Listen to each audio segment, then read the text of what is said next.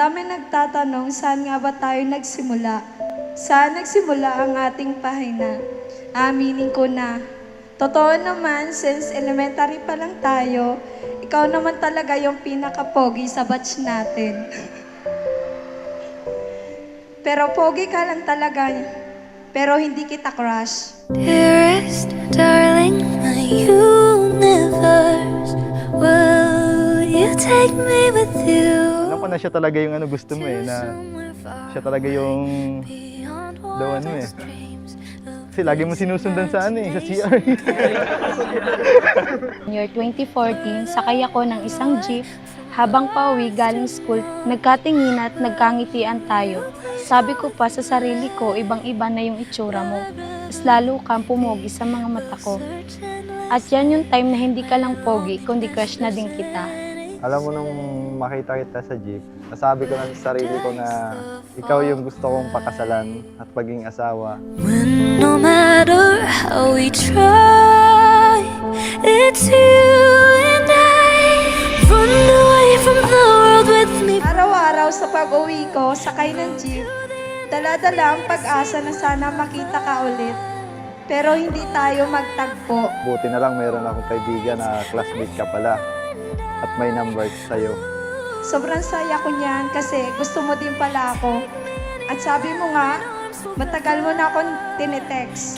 At ayun, naging tayo at nagsama tayo ng 10 taon. Love, when to love, when to love, love.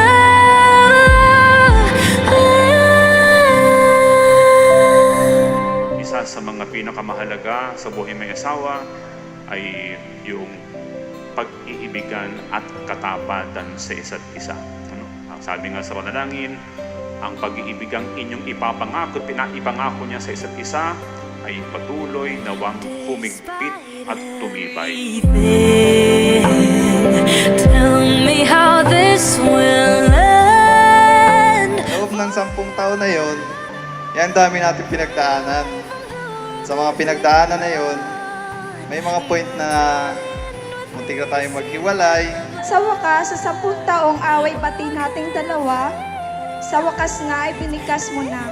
Mga katagang tagal kong minithi, mga kamay ko'y iyong hiningi, upang isuot ang isang singsing. Singsing na sumisimbolo ng iyong walang hanggang pagmamahal ay sa akin. To see you say smile again. Sacrament of marriage is total package of acceptance. Pagtanggap ng sa isa't isa na kung saan tinatanggap rin ninyo ang mga imperfections, mga kahinaan.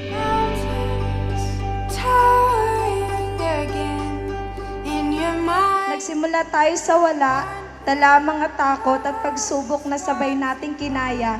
Nagpapasalamat ako sa ating Panginoon dahil natupad ko yung pangarap natin. Kaya pinapangako ko sa iyo, simula sa araw na ito, tinatanggap kita bilang aking asawa, bilang aking may bahay, at magsisilbing ilaw ng ating tahanan.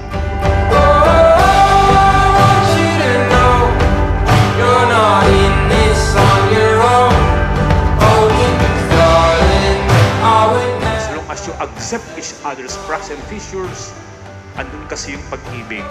Kapag halimbawang iniibig mong isang tao at mas nakilala mo siya ng tuluyan, siyempre sasabihin mo, ang dali-dali mong mahalin kasi kilala na kita.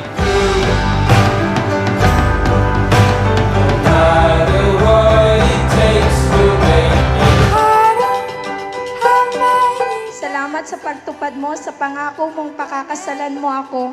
Kahit alam mo na yung mga bad side ko, pinili mo pa rin ng mga kamay na ito ang susuot ng alay na singsing mo. Pangakong ikaw lang ang aking mamahalin at wala nang iba. Sa hirap man o ginhawa, sa kasiyahan man o lungkot, may paltik ka man o wala, pangakong laging sa iyo lang.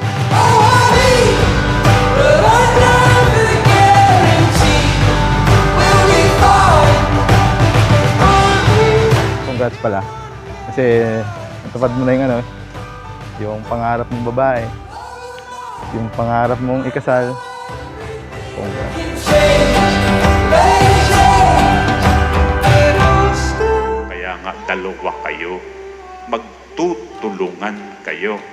Sabi nga, two is better than one.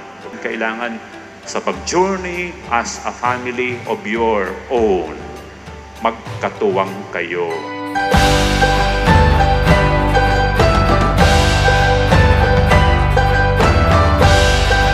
Tandaan mo na sa tuwing panghinaan ka ng loob, andito ako para makinig sa'yo. Sabay tayong lalaban anong pagsubok man ang tahaki. Always acknowledge that God journeys with you. Hindi sapat na kayo ay nagmamahalan lamang. Kailangan ninyo laging dumulog sa Panginoong Diyos.